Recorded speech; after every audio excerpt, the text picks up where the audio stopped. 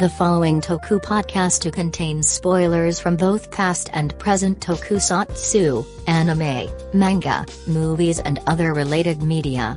If you do not wish to be spoiled, we suggest turning off the podcast now. Otherwise, please enjoy the show.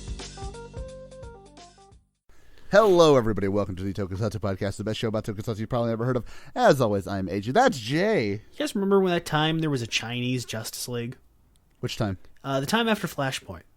The one that was Again? just called the Justice League of China, because they have no marketing department, so it's just whatever the first name. But they've done Flashpoint like 17 times now. At this point, they have. I mean, I'm pretty sure that was like, I don't know, a Taiwanese Flash at this point. I think there is actually. Oh, fuck's sake! Well, is she Taiwanese? I don't remember. She. There is in fact an Asian Flash, but I don't remember. She is coincidentally part of the Chinese Justice League. Well, there you go. And today we have a very special guest. You probably know him from an interview we just did, which was about a week ago for you guys, but it was like about 5 minutes away from us. A Mr. Lucas Nias. Please introduce yourself to this. Hello. When you guys, this might be an annoying request. When you guys bring me on, can you add the Inframan theme song? Yeah, that's. I think that's pretty doable. Which part was this theme song? Just noise happened after a while. The Inframan's theme song is like first of all, it's like royalty-free library music. What? It's like the bum bum bum ba dum bum ba ba da ba ba ba ba. There's no original music in this movie. It's all archival music, or it's just taken from Kamen Rider or Ultra 7. Yes. Dude, I'm not even gonna lie. Not to be that guy and one up you. It's Ultra 7 and Mirror Man, actually. What a bitch! I know, right? Well, to be fair, it's the same composer, but still, I had to be that guy. I'm the trivia douche, so of course I had to. This is why we're here. It's fair. Yeah, Mr. J, who couldn't fucking identify Mamoru Miyano that one time. Ugh. Yes. Don't remind me. Dude, tisk, I say. Dude, honestly, Jay, before we get into what we're talking about, you ever watch that video with Mike and Jay while they're doing the Star Trek trivia? Yeah. Oh, yeah. Your Mike got that one question where he's like slapping his head like, oh, duh, like a fucking nerd. That's you, dude. That is true, because usually it is one of those like, oh, that's such an obvious answer. I should have known it. Oh, I knew the warp drive ran on those crystals. But yes. Dilithium. I had to do it. I'm sorry. Damn it. Anyways, we were talking about Star Trek earlier. Anyways, we were. So our friend here, Lucas Nias, as you've heard from the interview before, he is here to talk to us, and by us he means you, the viewer. Well, not viewer. You're not watching this. You're listening to this. How can you watch a podcast? Anyways, but yes, he's here to talk to us about Super Inframan. Now, I'm going to give it to Lucas because he is our guest of honor. Lucas, what the fuck is Super Inframan? Well, first of all, I'm thrilled to be talking to you guys about this. I love this movie. I think I'm being genuine when I say I think this is a 5-star perfect movie. I think this would be a good place to hang our hat on. This is a good little preface for our discussion. This is from Roger Ebert's review of Super Inframan. His closing thought, he said, "When they stop making movies like Inframan, a little light will go out of the world." And I think that's nice. And I think he's right. I would agree. Jay, what is it with do you notice every once in a while we get on like a pattern of like references that keep coming up in this show? We're like on the Crunky Cast we were talking about Roger Ebert. Earlier we were talking about Roger Ebert, and now we're here again with the Roger Ebert quote. It's just fucking beautiful. It's one of those weird synchronicities that comes up. Especially when you talk about Super Inframan, and I am gonna kick myself if I don't mention this title at least once. The original title, which is, and I swear to God, I'm not joking, Chinese Superman.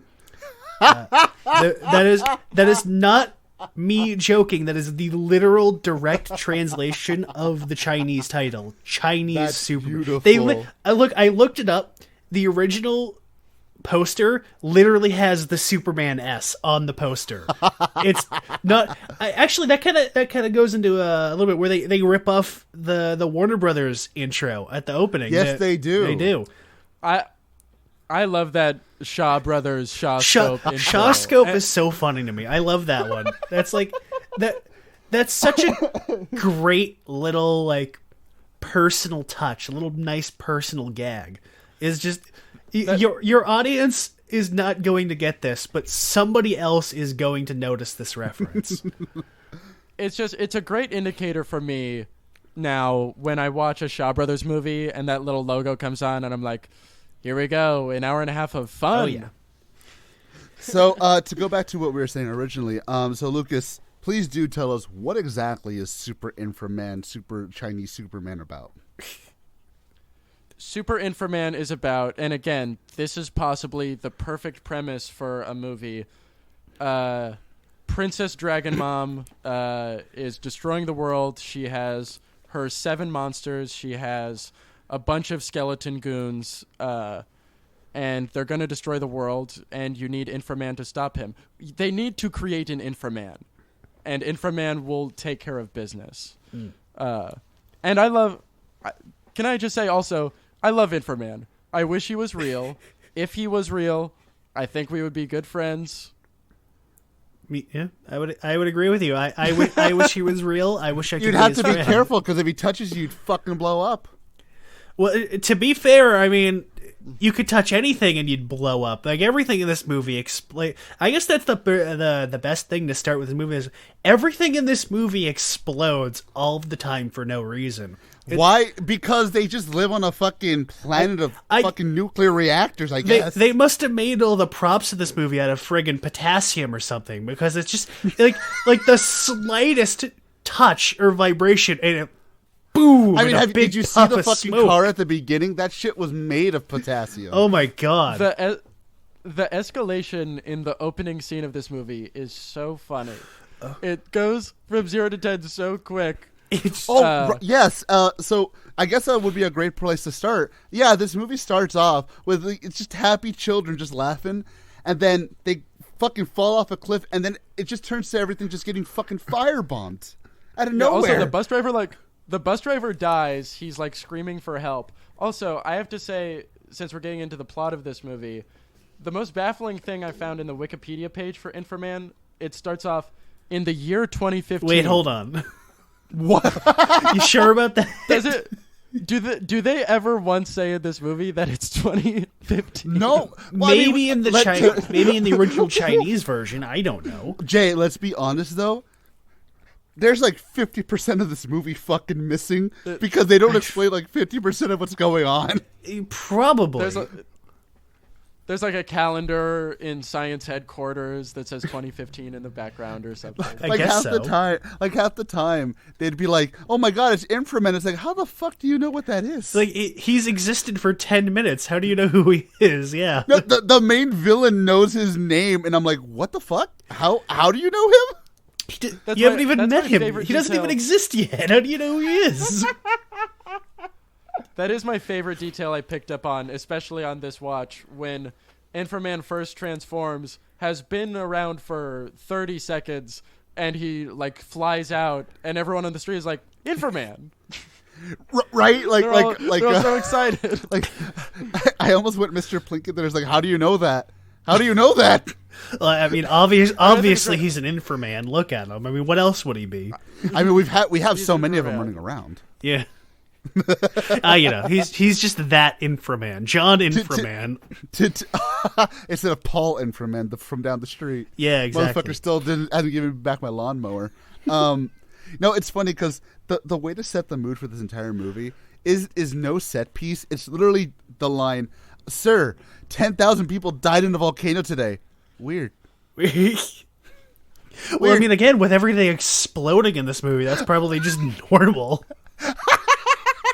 You know what? You're right. Just people, people die in a volcano every few minutes. It's like getting hit by a car. It's just the amount that's weird, like a couple thousand people usually die by volcano every day, but like 10,000 at once, that's a little suspicious.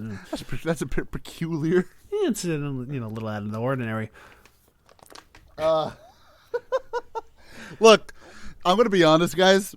This movie, its plot is just as explosive as everything in this world. Everything just happens. It's kind of like, I mean, Lucas kind of summarized the best way. There are evil monsters. They want to do something evil, and so there is an Inframan, and Inframan fights the monsters. That's it. That's basically the plot of the movie. You don't really need any more than that. And there's kind of a plot. There's kind of like the villain has plans. They're not very good plans, but they're plans, and Inframan has to stop them. Not first of all, but Princess Dragon Mom shows up, who I love her. Is that her actual name? I also wish she was real. That is, in fact, her name. Again, because I was looking up information, her name is like Elzebub in Chinese, which I have no idea what the fuck that's supposed to mean.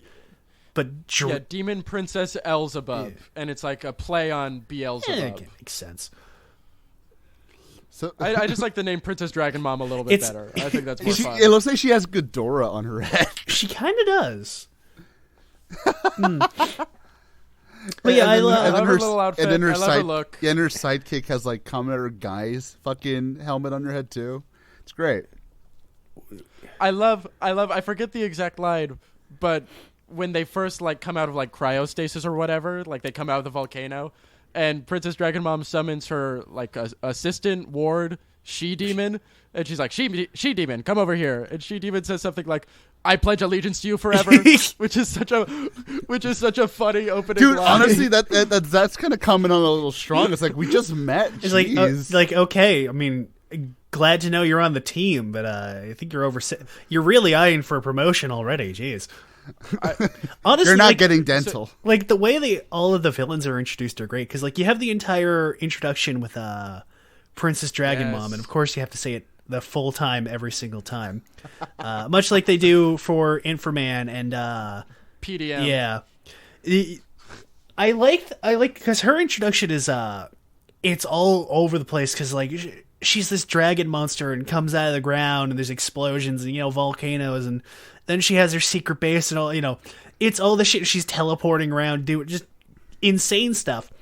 But then then you have the scene, of course, where She-Demon, her sidekick, walks in, and she just kind of like walks in. She doesn't really get an introduction. She's just kind of there already.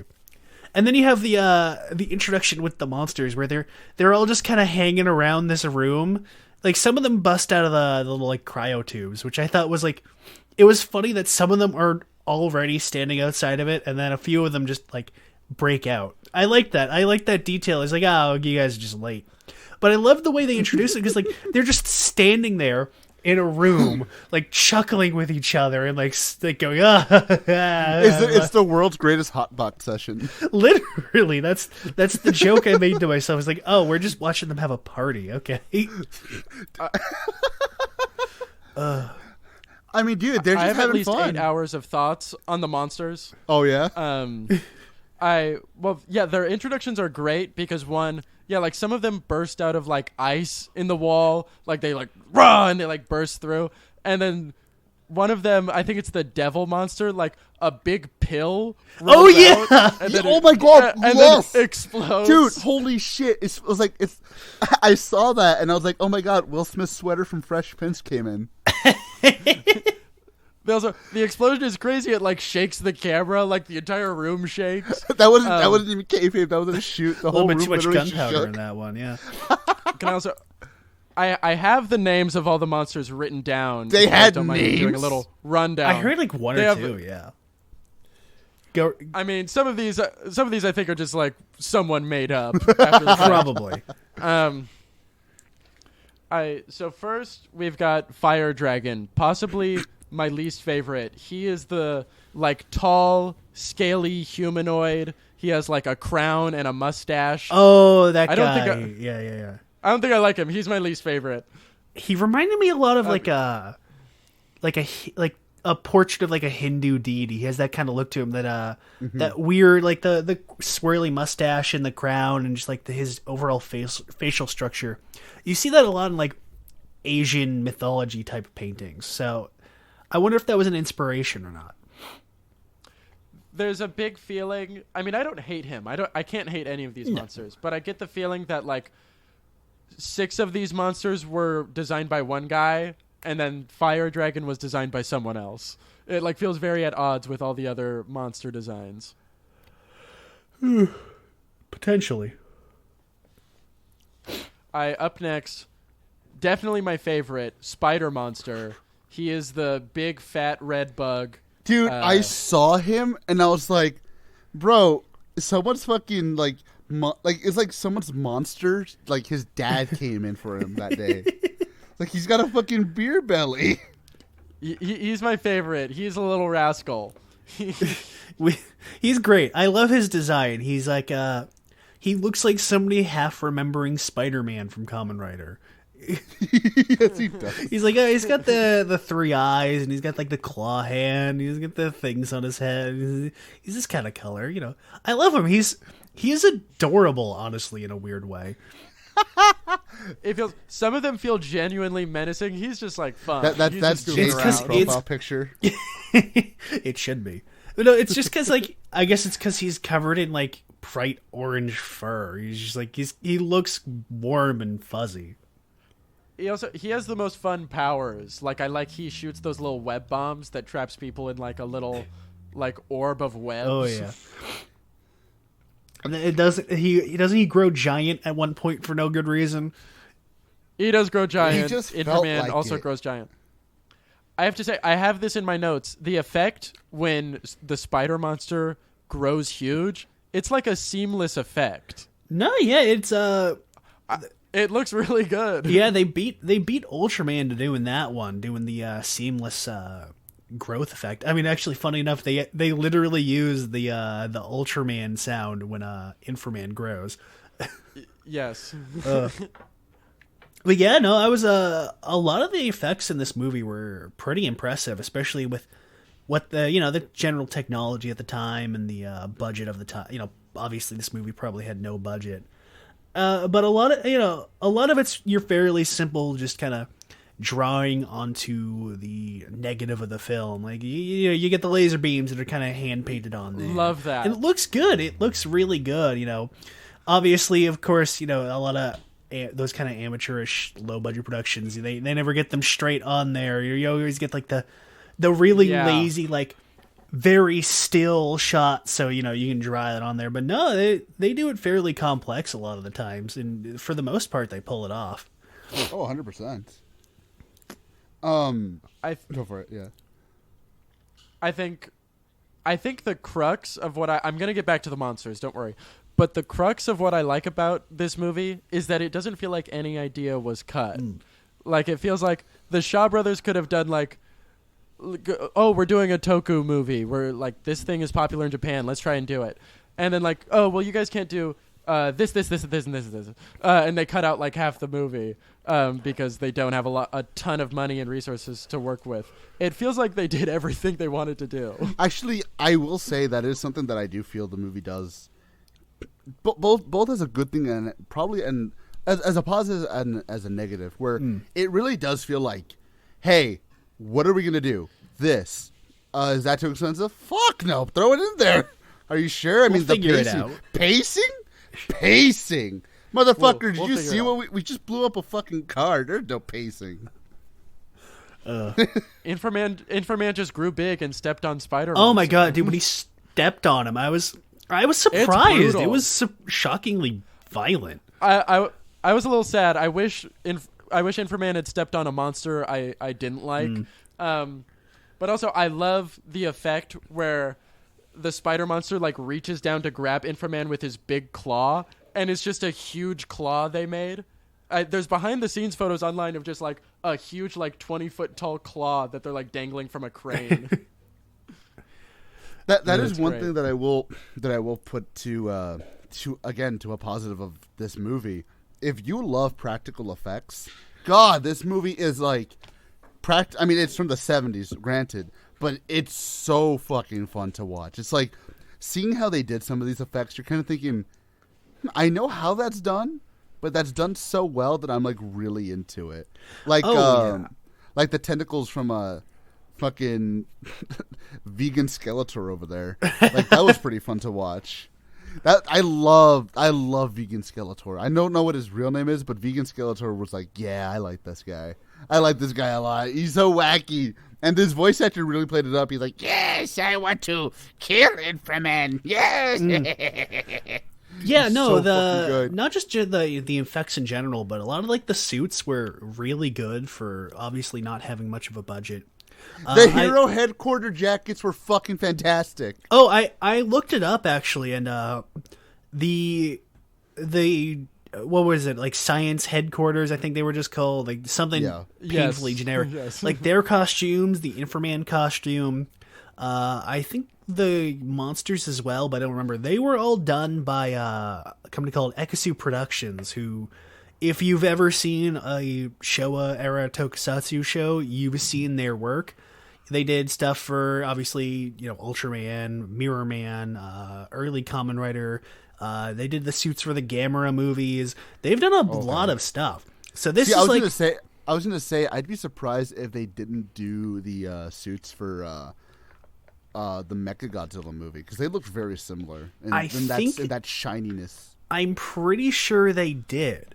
But yeah, I love those suits. Even with, not nearly as much of a budget as 70s Toei had, which, to be fair, was not a whole lot. But in comparison, everything looks good. It looks very well made. There are a lot of, like, we've seen a couple, like, local hero shows and stuff, and those get, like, not to knock on the production studios or the production teams, but, like, there's a level of amateurishness.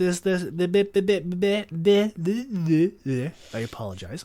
There's that kind of level of amateurishness where they just didn't put in enough effort to kind of keep it nice and clean looking, even though they probably had the budget to. Where they kind of went a little like too much style over the substance, I guess. It's not the best analogy. But now, no, Jay, I mean, you be nice to Evolver. Evolver wasn't. Evolver touched me in a place that I can't say. Hey, at least Hagano got paid. It's true. I hope at least. But no, I mean, like they're all very solidly made. There's no obvious zippers or parts hanging off or them using packing tape to hold stuff together. Okay, I have to stop you though, Jay. There is one part with Vegan Skeletor where you can clearly see the guy inside falling out of the suit. Okay. Really? I've never there noticed is a part where Ultraman or Inframan comes in. He kicks Vegan Skeletor. They're in the forest. He kicks him, and the guy is clearly like it. I don't think they zipped up the suit before the shoot. Hey, I know what you're talking about. And you can see the guy's back and a little bit of his underwear, and I'm like, oh, dude, that sucks. Hey, that's a feature of the costume, not a bug. Okay, Todd. I've got on the topic of that fight in the forest, and this will lead back into my monster rundown. But just like the fight choreography in this is obviously bananas. It is so nuts to butts awesome. But just the fact, in serious props to every guy inside a monster suit who is nailing the choreography. It is crazy. Like every fight in this movie is with Inframan and the monsters and the skeleton goons, and they're all wearing crazy costumes, and they're all nailing it. Oh, yeah, absolutely. Honestly, none of those suits look like they would be comfortable to see out of. And like we know what Kamen Rider helmets are like usually. I can only imagine what Super Inframan's helmet was like. Oh, yeah. And honestly, just in general, props to all of the fights. Like, you get the one of many times where it's Inframan and the generic science headquarter guys in fights against the mooks and all the monsters, which they do like 5 times. They do the giant brawl, and every time, it's It's fresh. It's interesting. They very rarely repeat the same kind of stunts or fight scenes. I mean, there's the one asshole who's always doing the same moves every single time. But we'll talk about him in a moment because there's a fun little bit of trivia with that dude. But we'll save that for after the monster roll call.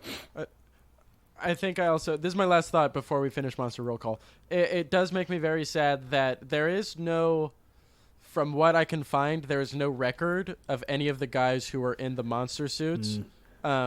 Because I would have loved to shout out by name whoever was in the spider monster suit. That looks like the most cumbersome costume in the world. And he is just like nailing every punch and kick. Oh, yeah. But monster number 3, this is the guy who I believe we were referring to as Vegan Skeletor, plant monster, who has that wonderful fight in the woods. He is also the one who leads the attack on Science headquarters at the beginning. He's basically a monster of vines. He has like a scary looking face. He also he goes into the ground and like comes up and he's like, he has huge vines going everywhere that attack Science headquarters. One of my favorite miniature effects when he like burrows underground. Yes, and I wanted to Oh, mention yeah. that the too. film That was, reversed. Oh, that was such a good that was a legit good effect. The first time I saw this, I was like, I hope they keep this shot until he's fully underground and like the ground evens out, and they do. They hold on it for a long time. They were proud of that shot. I would Great. be. All right, next monster. Mutant Drill. This guy has like the most personality. He's the one with the big drill for a hand. Oh, I fucking love He's kind that of like dude. a mole looking guy. He's the one. He's like the most verbal. Like a lot of them just are like, yeah, or like rah rah rah. He like says full sentences. Oh, he's a chatty dude. Yeah, but he's got a lot of energy to him. I think his dub voice actor helps a lot because he's got a good solid bad guy voice going on too. It's very Power Rangers. I think. Yeah.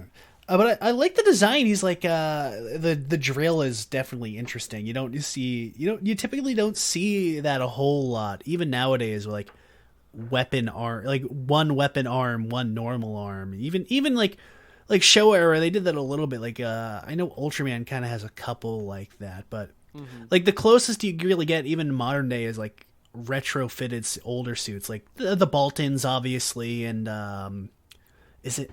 It's not Ace Killer I'm thinking of, but it's there's that one Ultraman kaiju who's got like the weird gauntlet with the double blade on the end. I don't remember that dude, but other than like those ones, you never really see those anymore, which is a shame because it's the one weapon arm thing is underrated.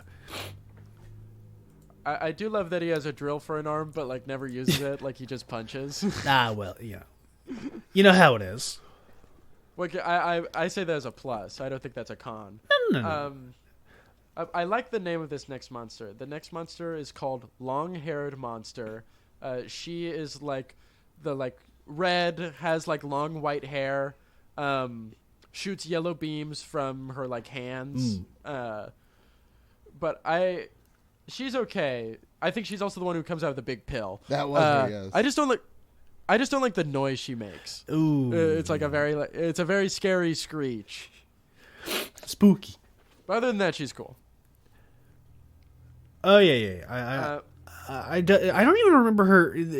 To be fair, a lot of like other than the guy we just talked about and the plant monster, a lot of them do just kind of like blend in together. But that's because, again, like I said, a lot of the fight scenes are just here's every guy all at once, and they're all trying to vie for their spot. So it is a little hard to discern individual monsters at some points. I'll give it. But that what about much. the Robo Twins? I love those dudes were fun. These are last on the list. These are the Iron Armor monsters. I love them. I loved the spring-loaded heads and arms and everything. That's such an interesting gimmick. And I like the way they did it with a lot of like wire effects where they utilized it very well. The tag team stuff was very interesting. the fact that they are literally just the same guy twice, more or less, is it's interesting. It's a good way to save a little money and make it's smart for budget wise because you don't really need to worry too much about the design. You can just do it again and save a little bit, and that it's smart where you have two guys who look exactly the same, fight exactly the same, bam. There's an easy way to write a fight. You've got two dudes with the same power at once. How do they work together? I think a lot of writers kind of fall where they want everybody to kind of be unique and they don't realize, two dudes with the same ability can actually be very effective. And it's scary. Inframan's got to fight two of those guys at once. But also, I don't know how to articulate this bit, but when I think Inframan throws them and they bonk their heads down every step of a little of a little patch of stairs. Oh yeah, I love that. The slight tumble down the steps. Yeah. Great moment. Oh yeah. But yeah, all the monsters have a lot of character to them. For the most part, I really liked all the designs. Wouldn't say I hated any of them. I think She-Demon, other than her weirdo hands, is probably the most boring. And that's just because she doesn't really have a color palette. Her outfit's kind of generic Showa female villain, I guess is the better way to put it. Actually, she looks identical to one of the bad guys from Go-Go 5. She does. Almost identical. She does. That's what I was thinking the whole fucking time. But now we got. But what about Dragon Mom? Honestly, her costume was real. I really liked her dub voice actor too. She reminded me a lot of early Rita Repulsa. I was about to say the same thing. I wonder if that was an inspiration for the voice. I wouldn't be surprised. I love her fucking snake hand. That the tongue is the whip, but it's built into the hand. I don't know why, but I marked out for that. I was like, that's good shit. I like that. It's an ingenious use of it. I really do like her costume. It reminded me of somebody. I was gonna say Ghidorah. We obviously said Ghidorah. It reminded me of somebody else, but I can't place it anymore. I'm gonna assume from Sentai. Not quite from Sentai, but I mean, if you count Saint Seiya, it reminds me a little bit of the cloths from Saint Seiya a little bit, but not exactly what I was going to say. Excuse me, Jay. I'm sorry. I have to stop you right there. Saint Seiya is not the real name anymore. It's Los Zodiacos del Caballeros. Okay, fair enough. Sark's gonna get all over your ass if you don't say it right. Whatever. He's short. What's he gonna do? You need a stepladder to get me. Yeah. I love you. But yes. So going back to the monsters. I again, the designs in general of pretty much everything I actually kind of liked. Of course, you have people running around in normal clothes, or as normal as you can get for the 70s. True. The 70s were a lawless fucking time for fashion, and I'm all for it. They were. Weren't we just? Well, shit. We just came off from the 70s from Black Sun. This was more fun than Black Sun, I should say, though. Oh my god, yes, it's not to be corny, it's like night and day between Black Sun and this. I didn't have an existential crisis with this movie. It's true. My biggest thought on the monsters is how much they love being monsters. Oh yeah. I get I love anytime they're in the background just rah, rah, rah, rah. They're constantly moving, they're constantly talking, they're constantly making noise, and they love what they do.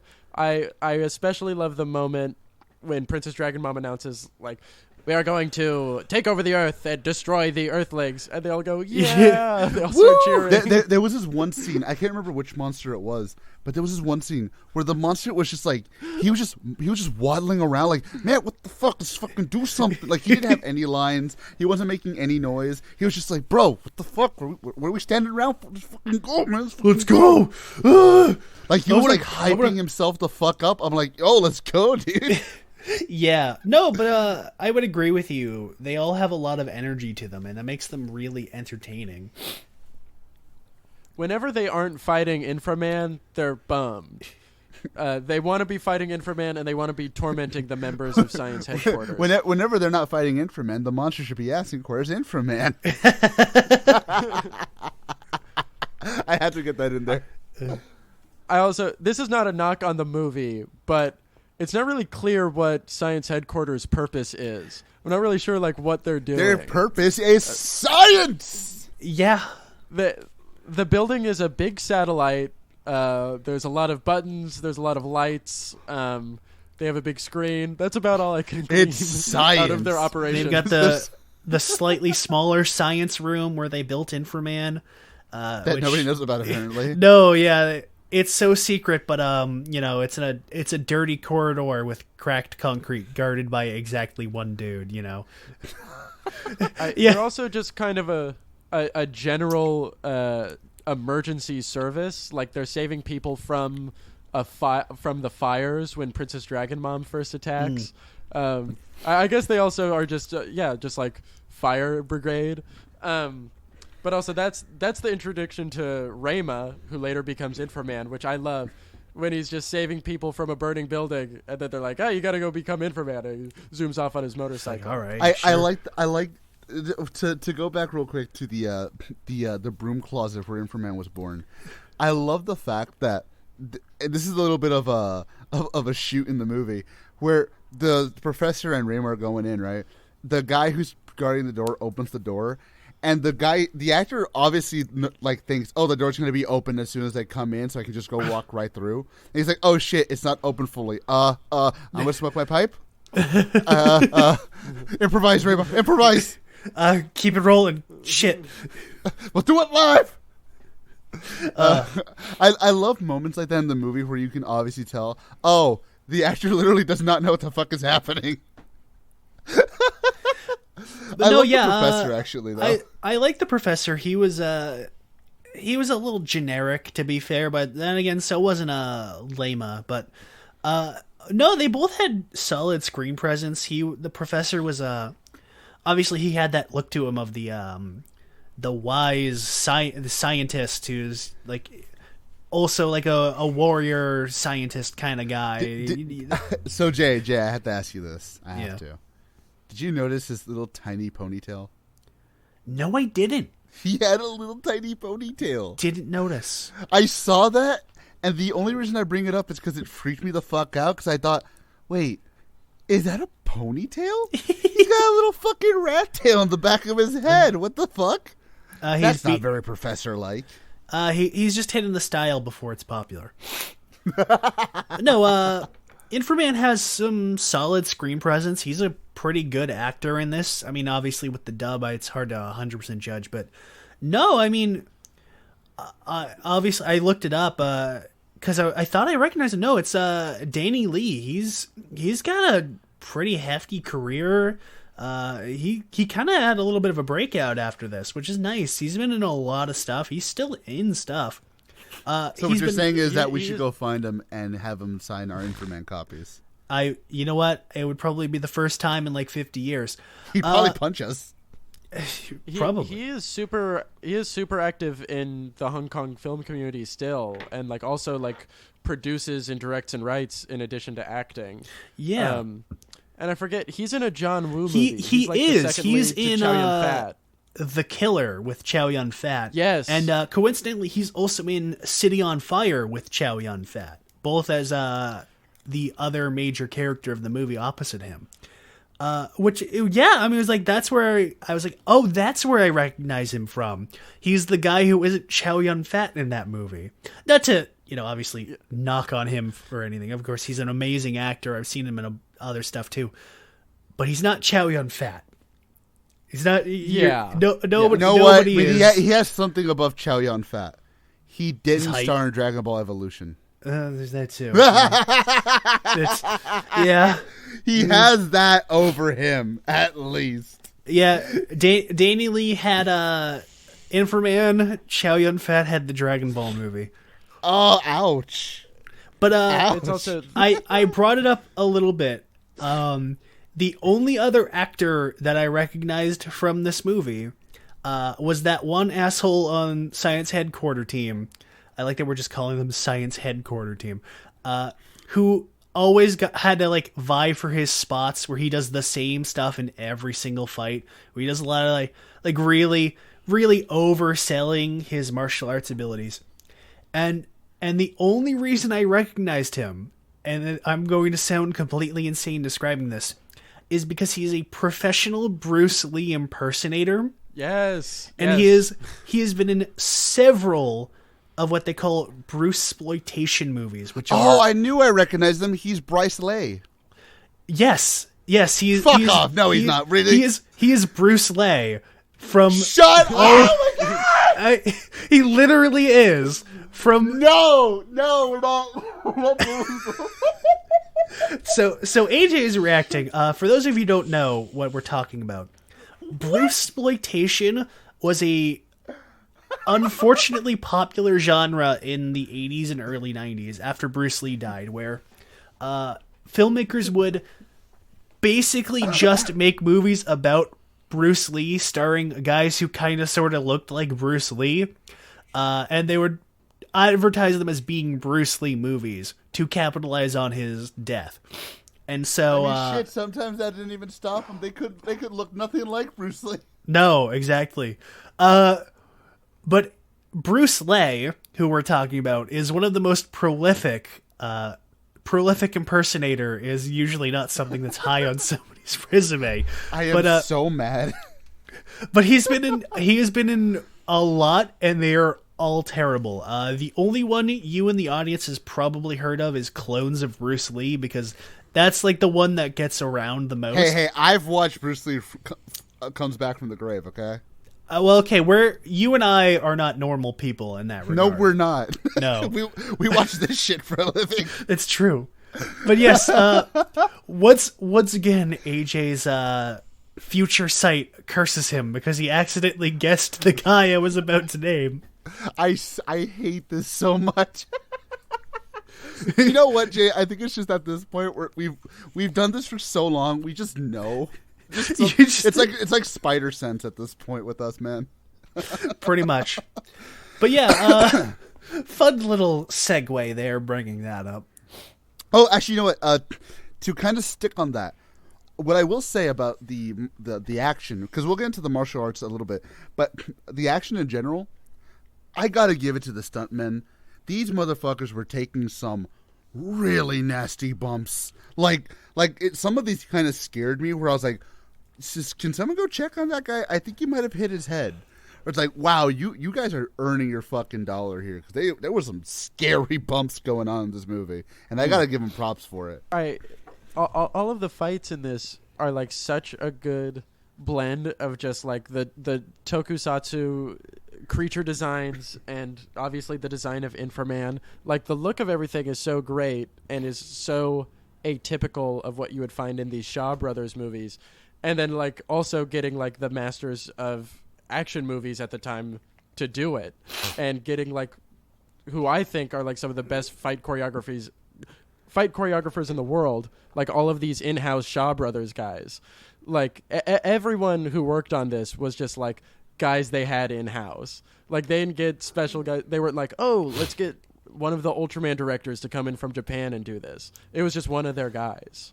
Yeah, no, that's honestly that's the thing I like, is that even though they very obviously take inspiration from other tokusatsu productions, they straight up copied music and certain elements.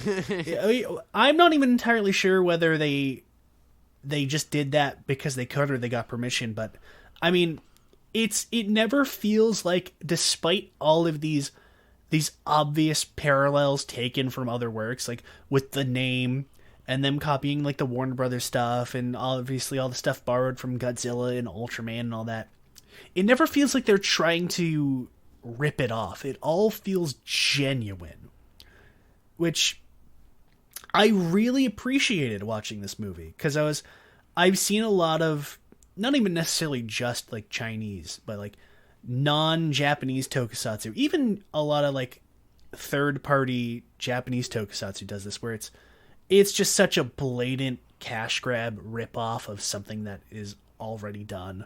They just put no effort in. They're copying it directly, shot for shot.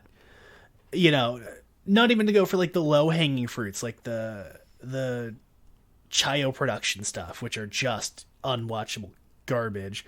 But even like, I mean, fuck it, I'm gonna catch some flack for this. Even like Gamera is like pretty obviously them trying to cash in on Godzilla, and there's a lot of things that they copy from Godzilla.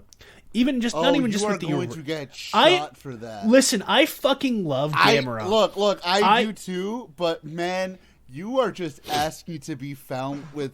You're just asking to be found committing suicide with two shotgun blows to the head or something, man. Joke's on you. I'm going to do that already and then blame you for it. Oh, I just said Gamera's going to step on your house. Well, no, dude. Look. I'll be honest. I pray it doesn't happen. Look, I'll be honest, dude. Like, Jay's already got a bunch of people coming after him. Gamera fans is like the least of his worries, but still, come on, you got to be careful, Jay. I mean, look, I adore the show. Specifically, I am talking about the Showa Godzilla Gamera movies, not the Heisei ones, which are totally their own beasts. Like, a lot of like the Showa Gamera movies, they are pretty shamelessly copying from what Godzilla was doing. And I don't even say that as a negative for Gamera, because I think they're great movies. But that's just kind of like generally what I mean is that like a lot of the non-big name ones, like the non-Toei or non-Subaraya productions, they all kind of just shamelessly borrow. And like you can tell that they're doing it because that's popular and that's what we want to do. We want to copy that because it's popular.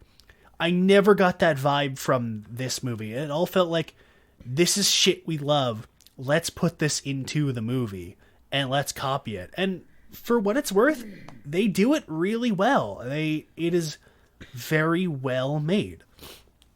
I feel like I've never seen it as a critique of this movie, but more so as just like a comment on like, oh, well, they were just ripping off like Kamen Rider and Ultraman, but it's really cool. But well, first of all, nothing in the world is like this movie. But even if it is like pulling from certain things, this is so much its own thing. And it is more so just used as like, oh, this thing is really popular. This would be a good template for one of our martial arts movies. And that alone makes it feel like such a separate thing from the productions they were pulling from. I would agree with you. See, that's what I was going to say. Because Jay mentioned it as well. It just feels, even though there's obvious inspiration, they're not doing it just to, again, like Jay said, not to just cash grab. They genuinely feel like this feels like something somebody wanted to make. This didn't feel like somebody said, oh yeah, we can make money off of this. No, I can totally feel from the suits to the action to the actors, everybody feels like, no, we're here to make something fun. We want to make something fun. Why not? Let's have fun with this. Like, it's been a while since I've felt this much energy coming off from the actors alone, where it's just like, oh, they're fucking into it. They're going at it. They don't care how silly this is. They're just having the time of their fucking life with this. Oh yeah, absolutely. And that's the energy throughout. Because I know a lot of people like to say that Inframan is a movie that's just like, it's just methamphetamine, the movie, basically, where everything's happening. And that comes solely from just the energy and the vibe this movie gets. You know what movie gives me this kind of vibe, Jay? Another movie that gives me this exact vibe, and I know you know which one I'm going to say, is Godzilla Final Wars, where they're just having fun. Oh, yeah. I'm sorry, the plot doesn't make sense? What, are you going to do, fucking cry about it? Just have fun, asshole. That's what this movie is. Just have some fun. You know what? You're completely right. This is very similar to Final Wars in the general vibe of who give a shit. Let's just have this fun. Is Amazon's Final Judgment. Like, let's just go for it. Well, no, let's not go that far. To be fair, there was no people eating here, but there were murdered children though. So. That's always a great criteria for you. It's true. You're like oh my god, I forgot the guy's name from Monster Vision. God damn it. Bubba. Fuck you. I can't remember. Joke canceled. Keep going. Keep going, Jake. I don't know. Go for it, Joker. Sorry. I don't know if I have anything to even extrapolate off of this point, but just the heart of what I love about this movie is it, and this is exactly what you guys were just saying, but it is just unfettered creativity. It is, and that's the criticism I've seen most, that it is like overstimulating. It's a bit too fast, which I get, but it's so packed with ideas. And every sequence has something interesting happening. Even if it's not your style, I think you just have to respect how balls to the wall it is. Oh, You know absolutely. what? In terms of... Yeah, I was gonna say, you know what? A friend of mine who watched this way before I did, when I told him I was watching this, he said, "Don't go into it looking at a movie. Go into it as, what were you like playing with your superhero toys as a kid?" That's what it's like. It's like Yes. toys being played with. And I'm like, you know what? That's exactly what this movie is. When you were a kid playing with your toys, there was no plot. You just wanted Skeletor to kick Stone Cold Steve Austin into a volcano. Didn't make sense, but who cares? Hey, I could see that matchup. Hey, you know what? True. Like, I can... Every sequence in this is either a fight or building to a fight. The only scene I can think of where it's two people talking or having a heart-to-heart unrelated to the movie is when the professor is like talking to his daughter. Yes. And like I've seen this movie 5 times now. I don't remember what they talked about. I don't remember the context of the scene. All I remember is that it leads into them getting kidnapped, which means Inframan has to go save them. Naturally. Which is what matters. Honestly, At the it end was of the day, so this is what that matters. scene coming out was so weird because I was just like, wait, is the couch gonna explode? Is she gonna explode? Oh my god! Is somebody going to burst out from the wall or something? Which actually kind of did happen. You know what? You're right. It's like someone's gonna just spontaneously combust. Just go. Just do it. I'm waiting. I think this movie is perfect as is, but if that scene had like 5 seconds in, Plant Monster jumps out of the wall and causes some more mayhem, I wouldn't have. No, you That's know fair. what? What would that make? You know what would make that scene great? It's not an explosion, but for no reason, it's just like little sparklers on the couch. Just little sparklers just on the couch, because technically that's an explosion. So hey, there's still explosions in the scene, guys. The professor just looks. It's like, why did I invent that? Why did I put sparklers in my ottoman? What was I thinking? You know what? I did make Inframan, so whatever. You guys just reminded me of one of my favorite scenes when the professor gives Inframan the Thunderball fist, which feels like Mega Man. It feels like, okay, we've got to go back to science headquarters to get an upgrade. I think that's so fun. He gets a mid-season upgrade. 30, an hour into the movie. Even though this actually, you know what? That's a good way. That's kind of how I was describing it to myself and to other people when I was telling them I was watching. It's like it's reminiscent of like the really old Kamen Rider movies where they just took a bunch of episodes. It's like a compilation movie almost, where they just took a bunch of episodes with a loosely connected plot line, stitched them together, and shot a couple new scenes. It feels like that as a whole movie, as a whole package. Right, And yes. It totally works as is.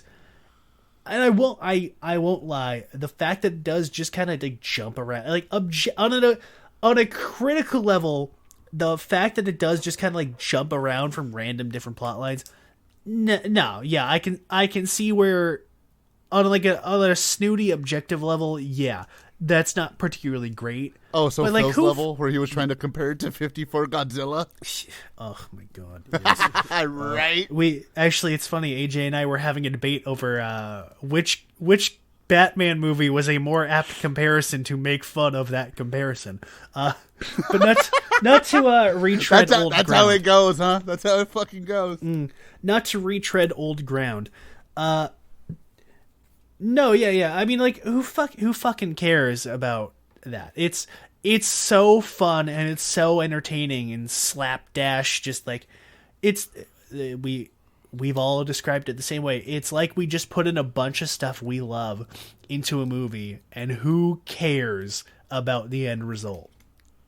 It is a 90-minute YouTube compilation. Were Inframan a show, this would be a 90-minute YouTube compilation that's titled like Inframan Best Bits, Inframan best fights, and that's perfect. Yeah, no, I would agree. I don't know what we haven't gotten into plot wise. I think we've covered all the basics. I think that's. I can't think of anything I'm missing. So, I mean, that's the plot. I just said everything go boom. I mean, well, that's the plot. Something I haven't touched on. I love that every character is awesome. Like, it's not enough for Inframan to be awesome. Everyone in Science Headquarters has to be badass, and they also have to be active in fights. I think I love. All of them join in the fight. I think, with the exception of like the dude who gets brainwashed, he gets brainwashed and then does absolutely nothing, and then dies. It honestly dies in a shockingly violent way. I forgot about that when they throw him into the pit. Yeah, she's just like, I've got a bottomless pit here, right next to your desk, which, well, you see, okay, so you've got your evil brainwashing machine, the pit to a fiery nothing, and then your villain desk, all within like 20 feet of each other. You might want to space that out a little bit. Look. This is a studio evil lair. We're in Cali. We don't have many places to go. They're already They're already splitting the rent with Rita Repulsa and the motherfuckers from fucking Go Ranger. Okay. I mean, if you sleep at Princess Dragon Mom's lair, she's like, you've got to sleep over the bottomless pit. Look, Jay. It was either an extra bedroom or hot dogs for that dinner. Okay. It's one or the other. yeah, hot dogs are good. No, honestly, they get a lot of mileage out of that the quote unquote bottomless pit. Like the brainwash dude gets thrown into it, and like you see him. I love it because every time somebody falls down it, you see them hit the side of the pit and bounce off, which is great. I loved that. It's no more a bottomless pit than the one Toma fell down. No, exactly. But no, like you see them like hard cut them hitting the ground in like immediately spontaneously disintegrating in a ball of fire. Not only does the brainwash dude fall down, She-Demon falls down, and Inframan almost falls down, but of course because he's Inframan, he just says nah brah and climbs back out, which is great. Honestly, no, speaking of just like we've already talked about like the violence, but I loved just how immediately violent it got near the end of the movie, where like Inframan just does not care. He knows the movie's over, and he's just like not giving a shit.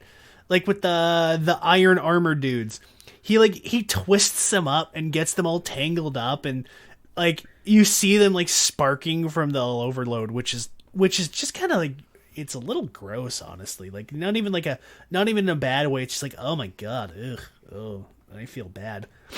But then like when he's fighting She-Demon, who does basically nothing, he cuts her hands off and then throws her down the bottomless pit. It's brutal. It's super brutal. And then Inframan did She-Demon dirty. Oh yeah, absolutely. Like he could have stopped with cutting the hands off and then been like, all right, whatever. He could have just walked away. Sometimes Jay, a motherfucker's just got to go down the pit. It's true. But then honestly, the fight with Princess Dragon Mom is great because it's honestly surprisingly long, where it's like it starts and then she suddenly somehow figures out Inframan's weakness because plot, which again kind of like, it's where it feels like it's a compilation of scenes, because it's like the end of the original Kamen Rider, where suddenly Rider 1 and Rider 2 have a weakness, and this is the only time we're ever going to use it and mention it. And then they just beats it, which is great. It's like, oh yeah, if you ever get into this very specific trap, your weapons will be able to break you out of it, which I'm glad you thought ahead, Professor, thankfully. But no, the fight with... Sorry, go ahead.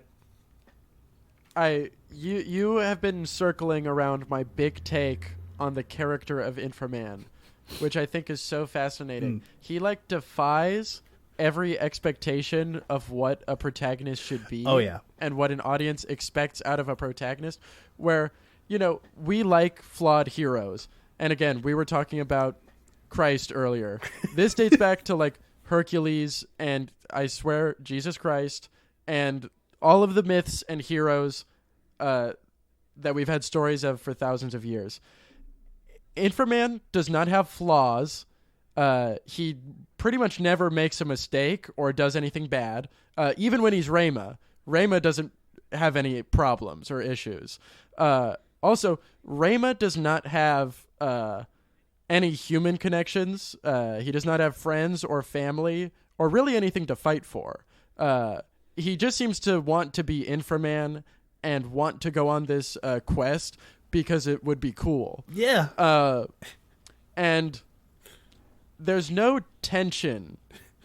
And this would be, in a lot of movies, this would be the source of like, well, this is a bad narrative or this is poorly written because there's no tension in anything that's going to happen to him. It's just like he gets thrown into a pit. Well, he flies back out. And then he gets frozen. Well, he thaws the ice. And the only reason it works, I think, is because Inframan's really awesome and I like him. I think that's really what it comes down to. Like, I'm never like, well, there was no like a bozo modern filmmaker with the bit where he's frozen. He gets frozen in ice. They would do it like, oh, he's really dead and he's really frozen and everyone's like reacting and everyone's like it's the belly of the whale moment. Everyone is like, we lost Inframan. The fight is over. Pack our stuff and go home. We might as well go jump in the bottomless pit. And then, maybe you see like a little twitch of the fingers and then he like slowly reaches for his darts and then he melts the ice. Like there's a build to it. In this, he figures it out in like half a second and he just does it. And it's cool. No, yeah, like I would agree with you. Like objectively, no, he's not a very good protagonist because let's face it, he's boring and he's kind of like what stupid people think Superman is, that he's a boring Boy Scout with no personality who's invincible. And you know what? That's why he's fun. He just has absolutely no challenge at all. He just completely steamrolls everybody. It goes back to the idea. Inframan is your favorite toy. Your favorite toy is not going to lose. No, hey, he's frozen. Okay, well, he just gets out because he's fucking Inframan. Well, who cares? It doesn't make sense. I'm going to blow up Skeletor again. Yeah. It is playground logic of like, you're frozen. Well, I melt it. Well, I cast a thunderbolt at you. Well, I have a shield that deflects thunderbolts. Well, I have a sword that breaks the shield. And then like it just goes on forever, but Inframan always wins. But I think that's a good way to compare it because I was going to go into the final battle with Princess Dragonmon where she turns into her monster form and it's just like, it's constant like ultimate super move after ultimate super move, and it gets to such a ridiculous level where Inframan just straight up cuts her head off, and she just immediately grows another head back. Which it happens like 5 times. That's exactly. I started laughing like an idiot when that happened. Because like she grows her head back, all right, cuts it off again, grows it back again, and he's just like. Cuts it off again. And like at this point, when she grows her head back the third time, you'd think Inframan is like, all right, I'm going to try something different. No, he cuts her head off 5 times in a row. And then he's like, all right, now to use something else.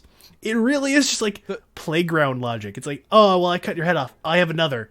I'm going to do it again. I have another. It just keeps going. I was legitimately expecting them to go on longer. I'm kind of surprised they restrained themselves to only 5. I think it's going to go on forever. In another movie, the credits would start rolling. I literally, if I was doing it, I would have cut away to like the professor or whatever escaping or helping stop the whatever, and then there'd be like 20 heads on the ground, and they're still. Oh no! You know what? I would totally do the Wayne's World thing where like they're still cutting her, like they're still like regrow, cut, but people are all around, like the crew's coming around to clean up the set around them. Like, they're cleaning up the set, they're sweeping it, and then at the end of the credits, they just turn off the lights on them. I would totally do that shit. But it's great. And again, and then it ends because Inframan's cool. That's it. Inframan is cool. He wins. Bye, everybody. While we're still conversationally inside of Mount Devil, which is a great name, I think, not exaggerating, my favorite production design in any movie I could think of. The design is so cool. I love the swirly, trippy backgrounds. I love the puddles of water. I love the bridge. There's panels of buttons. It's so, none of it fits together, but it's awesome. I also love the big, I love the ice cavern. I love the big skull inside. I love the whole thing. I really like that Princess Dragon Mom has a flag. I really like that she has a flag and an emblem. They have a little emblem that they can put on stuff. It's a lot of fun. I also like that Princess Dragon Mom has a desk. Yeah, I like her evil business desk. Actually, Phil made the comparison to Ken Burns for the old James Bond stuff, and yeah, I can really see it. It's got that kind of Bond villain layer vibe to it, where it honestly with the science headquarters as well has that very retro futurist James Bond look to it. I was more seeing a Jerry Anderson vibe with a lot of it. Like science headquarters, the costumes, the aesthetics, very reminiscent of Captain Scarlet and stuff like that too. But I really like it. I really do like her layer and everything. It's such an interesting mishmash of ideas, but it all works. It just works. It's both Science Headquarters and Mount Devil are just incredible production design. It's so cool to look at. There are so many parts. It feels like a big toy where parts just keep opening and you're like, oh, and there's a little ice cave in there too. And you really get the feeling that it's okay, we have the budget to make 2 sets and we're really going to be spending a lot of time in both of them. So let's make them look really good so the audience doesn't get bored of looking at it. The 2 sets, we spend probably half an hour inside. And I also just wanted to say, Science Headquarters obviously also has a great design, but I really like that the professor has a rotating desk in the center that he rotates depending on who he's talking to. Oh yeah. Yeah, no, I would agree. That's a nice little touch there too. It's very natural for the whatever kind of team they're supposed to actually be, but that general role that he has, the commissioner type, it fits his character. The actor who plays the professor, I don't have his name on hand, but he was also in a John Woo movie. I think he plays the head inspector in A Better Tomorrow. But it does make me a little bit sad that every actor in this movie is so good and they're so fun and they're giving it such an insane energy that's on the perfect wavelength for this movie. It is sad that they were all 3 years short of Chow Yun-fat and Tony Leung and filmmakers John Woo really getting international acclaim and becoming stars in Hollywood. It feels like if Inframan was made 3 to 5 years later, I do think some of these people would have popped up in American movies. The actors who play Inframan and Princess Dragon Mom and She-Demon are all great. Oh yeah. No, I would agree with you there. It definitely feels before its time in a way, where if this came out 2 or 3 years later, and it would have really exploded when Godzilla and that kind of stuff was really starting, Kung Fu stuff was really starting to explode here in America. Shit, so, Ultraman. I mean, yeah, even Ultraman was starting to come out over here, and that exploded pretty big. So I pray to God we get a Shin Inframan. Oh my God! It's fucking damn it! It's so funny. Last night, AJ said the same exact thing. That was this morning. Was this morning? Or yeah, really? It was today.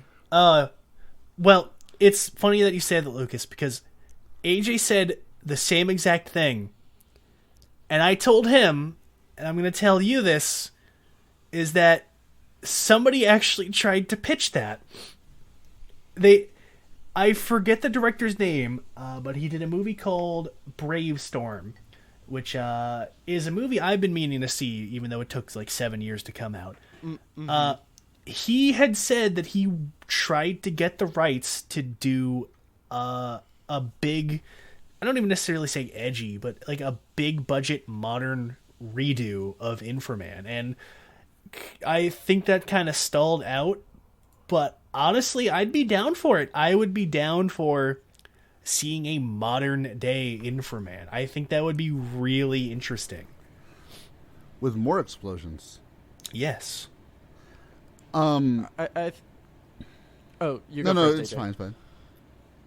I think the prospect of like a Shin Inframan or just like any kind of Inframan remake, it feels so locked into like this particular era, and like the color in the set designs and the creature designs feel so of its time.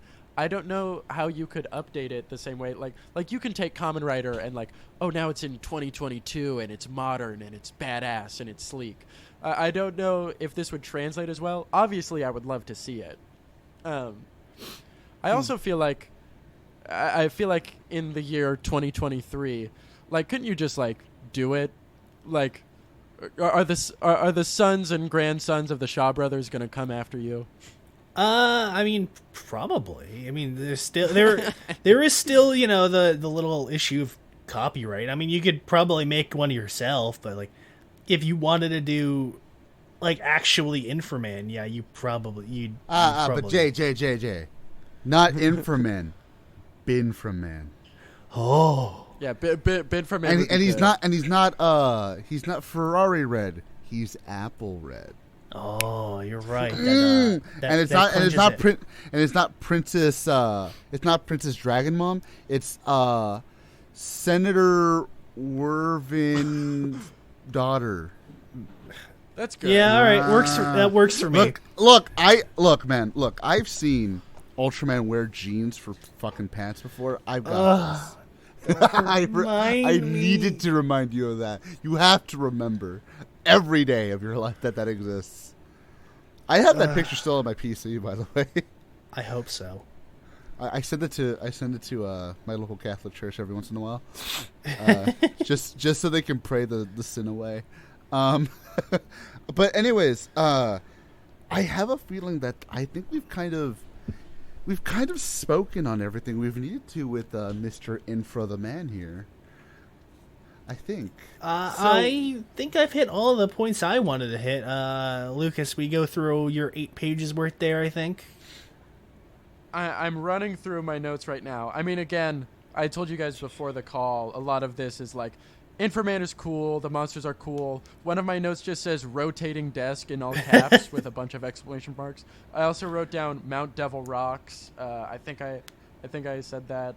I wrote down I'm in love with Princess Dragon Mom. Ooh, nice. How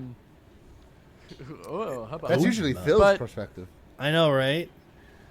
I think my last thought on the movie, I was thinking about this movie does have a few, like, obviously Roger Ebert gave it 2 positive reviews. Tarantino is a noted fan of this movie. Inframan was the inspiration for the design of the current Ant-Man in the Marvel Cinematic Universe. And so, like, there's a few, like, supporters of this movie in, like, the film critic community, in the filmmaking community, and it has had somewhat of an impact on modern filmmaking, even bleeding up to, as I said, the design of one of our biggest characters, the lovable Ant-Man. But it is a little bit sad that it has never gotten to the cult status of, like, a Police Story or a Godzilla or something, like international genre movies that have really hit it big in America and over time accumulated, like everyone being like, yeah, this movie rocks. So I hope in my heart of hearts, we'll see some more Inframan love in the near future. I would agree with you. Yeah. We've talked about it before. I think it's just kind of that underlying stigma of tokusatsu to a mainstream audience where, I mean, stuff like Godzilla gets a pass, but everything else is still kind of like, it's still a little too goofy for the normal person. So I think that's probably what's kept it, but I would honestly agree. This needs to get more recognition. This definitely needs to be. It needs to be one of those movies that everybody like. One of those great cult science fiction special effects movies.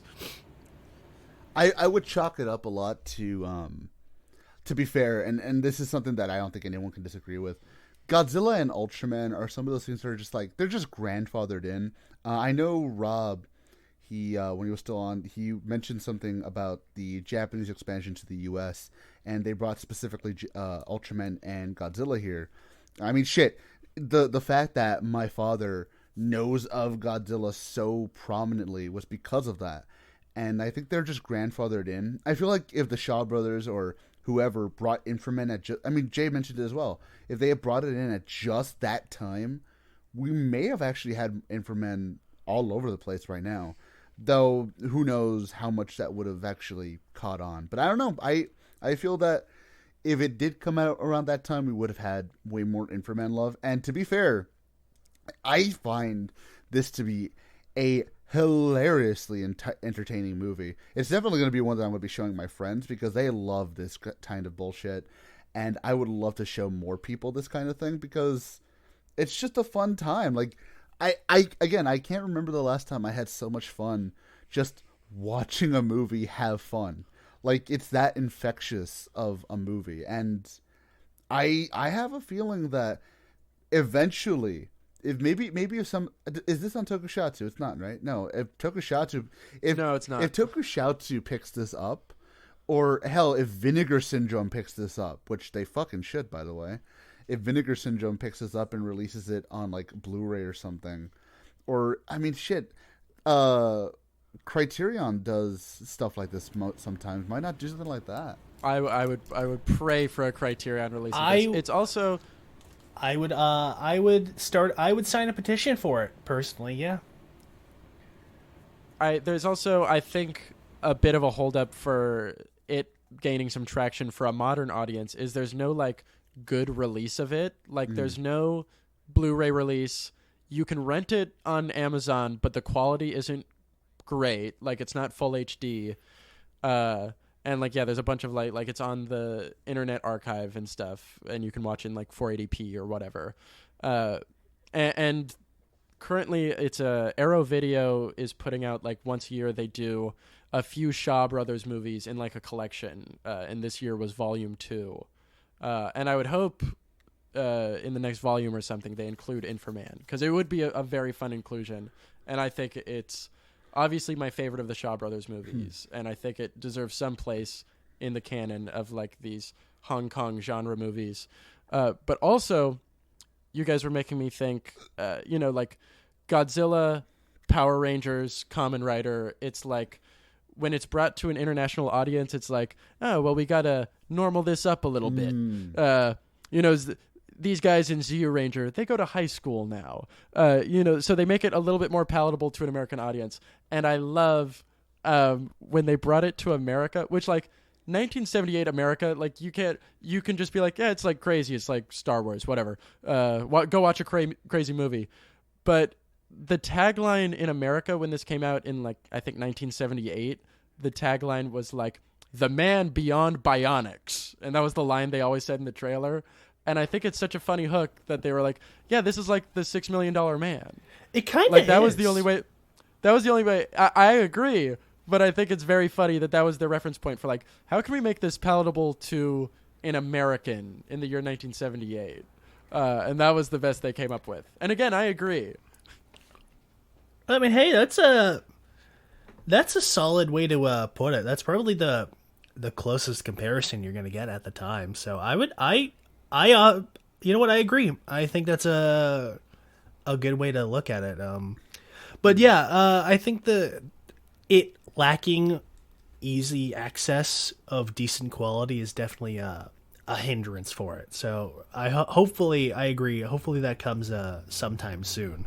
I would say it has a better chance because, I mean, as Jay and I both know, Kamen Rider has become exponentially more popular than it's ever been in the United States, which is a very good thing thanks to Team Kamen Rider. Not a shill, by the way. Where's my check? But it's become exponentially more popular down here, and I think because of that, and because of the popularity of a lot of foreign films, especially from Japan and Korea, or South Korea, I should say, I think we have a better chance more than ever that some of these movies come over that maybe we never would have gotten a chance to see, this one included, because, you know, you see stuff like, again, Power Rangers and Ultraman. It's like, I can definitely see someone picking this up, like, you know, if Criterion actually does it, again, if hey, Criterion, come on, you're making fucking money over here, you might as well. So they picked it up for, like, I don't know, a Blu-ray release. Because I don't know if Jay knows this, but the one that we watched was a Blu-ray release. This was from the Blu-ray from Hong Kong. I think the archive page mentioned that. Yeah. I mean, obviously, it's not to the quality of the Hong Kong release. I fucking hope not, because if that's the case, Jesus, what happened to the original film? But yeah, so, you know, if Hong Kong could get it, they're probably already a perfectly good remaster of this movie that's just waiting to be brought to America. And even if, you know, unfortunately, I say it like this, even if you want to sell it as a, whoa, wacky Asian superhero film, guys, whoa, wacky, at least then I could see, all right, you know what? At least then I could probably see someone picking it up for curiosity's sake. But yeah, I mean, fuck, I love this movie. It's a fun time. I didn't need to get drunk. I was already drunk watching it, so fuck it. Go watch this movie. If you are some kind of freak who listened to this entire discussion without having ever seen this, it's 85 minutes of fun, and that's really the only way I can pitch it. Lucas. You obviously haven't been around long enough. People watch our show without watching it. We're watching the actual show multiple times, and and people have gotten mad at us for spoiling these things. It's hilarious. Happens all the time. For fuck's sake, we had a 3-hour discussion about Black Sun, and people were like, "You shouldn't spoil Black Sun." It's like, what the fuck? What the fuck? Wait, what the hell? Godzilla fights Mechagodzilla? Oh my god! The good guys win? What the fuck, guy? I can't believe you told us that. Yeah. Oh my god! Vanny Nights ends with the harem loser getting killed and his sister being eaten. How? I mean, everyone should see that coming. To be honest, that's so predictable. You look at that show and like, yeah, obviously that's how it's gonna. And then he wakes up naked on a slab in front of a Mayan pyramid. I mean, come on, cliche. He's gonna open up a briefcase and find his own corpse in there, and like, come on, that's filmmaking 101. My dog could do that. Citizen Kane called. It wants its twist back. Dude, fucking, you know, Lucas. I don't know if we mentioned this to you when we talked last. Go watch Vanny Nights. You're gonna you think Inframan's crazy? That shit will put you like in a trance. Wait, what is it called? I'm trying to look it up right now. The full title is Variable Nymphant Nights. Okay. It's not porn, we swear. No, it's not. Yeah, it looks like it is. It is filmed like porn, but yeah. I've got it pulled up right now. I'm putting that in my back pocket. Oh god, that fucking show, dude! I sent that to a cousin of mine. He hasn't talked to me since he watched it. I don't know. Are you sure he's alive? You know what? His mind might have been broken, like a literal mind break from Yu-Gi-Oh. But anyways, with that being said, guys, we have exhausted everything we have to say about God damn it, not Ultraman, Inframan, or Chinese Superman as the plebeians call it. But yes, we have spoken all about Inframan today. Go watch it. Seriously, I can't recommend it. I don't think anybody here can recommend it hard enough. But with that also being said, I lost my train of thought. Anyways, with that also being said, that's going to be the end of this episode. Next time you come to this episode, don't come to this episode. That's very gross. But next time you come to the podcast, again, don't do that. If you want to do that, just hit my DMs up. We'll discuss something. You gotta send them to Phil. Throw him a bone. Yeah, I mean, well. The verbiage on this podcast is top fucking notch. Phrasing. I know, right? Anyways, but yes, the next time we come at you, god damn it, the next time we're here, we will be talking about Toshiki Inoue's romantic apex, Kamen Rider Kiva.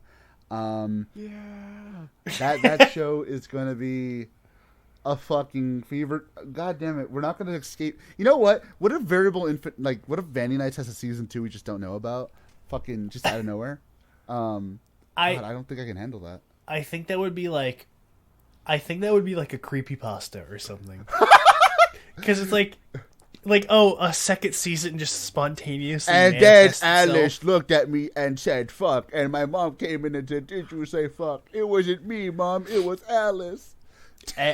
Arist looks directly at me and says my IP address. Oh my god, don't even get me started on that shit. And then the Lavender Town theme backwards started playing. I can't even say hyper realistic blood because the show already did that one. Oh, dude, it's true. But no, honestly, actually, you know what? Now that I think about it, that show kind of already did like creepypasta shit, where it's like, there's a creepypasta. This visual novel that started driving people insane. Like it made a man throw a baby off a cliff. Oh no, some stairs. Sorry, did. Gotta make sense. Honestly, it's gonna be like Cheetahman 2. No one knew it existed until they broke into a warehouse. You know what? If that thing happens in Japan next year and we all go, I hope Maji Ranger's writer is there so we can ask him what the fuck that was. Yeah, he's gonna be like, you guys. It's no, you know what? Again, to use the creepypasta analogy, it's gonna be like in that part in Dead Bart where the dude goes up to Matt Groening and he gives him like a sheet of paper to find the last episode. We're gonna go up to him and talk about it, and he's gonna hand us a flash drive with the secret second season on it. Oh my god! Wait, what? Jesus. I know we're winding down, but what is Dead Bart? Oh my god! Oh, you've never. Wow. Okay, so you know what creepypastas are, right? Yeah. So Dead Bart is like the first of what they call lost episode creepypastas, where it's like somebody does a horror story about like, oh, there was this episode of a show and it went missing because it's secretly evil and it's cursed and people die and violent things happen. And like it's really bad, and it's basically what the title says. It's Bart dies, and that's the episode, and it's like played 100% straight, and it's really violent and gross, and it's it like opens and Homer's crying or whatever. No, it's actually like, no, that happened. In the middle. I mean, I love those. Yeah, it's stuff like that. I'll read it after this. And then Homer says the fuck word. I love. This will be my last thought because I know we're running out of time. Oh but yeah. My favorite genre of creepypasta is whenever someone like buys a haunted game. Like I went to a swap meet and I bought a haunted Super Mario World. That's so funny. Dude, haunted gaming is such a great genre. If you ever can, trash. look up the Oni Plays Game Boy SP Blue Edition creepypasta. I die every time I hear that fucking video. That video fucking kills me. No, but yeah, honestly, dude, when you think about it, Jay, if you just add a little twist to some of the shows that we've stumbled across, they can just be creepypastas like Vandy Nights. Dogu-chan had like a few of those too. Oh my god, yeah. Dogu-chan, Vandy Nights. I mean, Mankai Senki literally had a fucking episode that was just a fucking creepypasta. Actually, no, to be fair, Yami Taro was just a fucking creepypasta at some point. It was. What was I was just about to say another one, but I can't remember. Damn, blanking on it. Evolver is a true scary time. No, I didn't want to say Evolver. Dogu-chan. Damn, now I'm blanking. Dogu-chan, Never mind. Vandy Nights, something along the lines of like weirdo, not in Toei kind of things. Yeah. I have to look back on the little Rolodex of stuff we've done. But yes, again, as usual, we go like 17 hours over our ending. But yes, the next time we come at you, we will be doing Kamen Rider Kiva. As always, I am AJ. That's Jay. Good night, everybody, and go watch this movie now. And again, thanks for coming on. That is Lucas. Thank you for having me, and thank you for letting me talk about Inframan. If anyone wants to hear me talk about Inframan for 20 hours, I'll do it anytime. You could just do that. You could do like one of those video essays that's like 7 hours.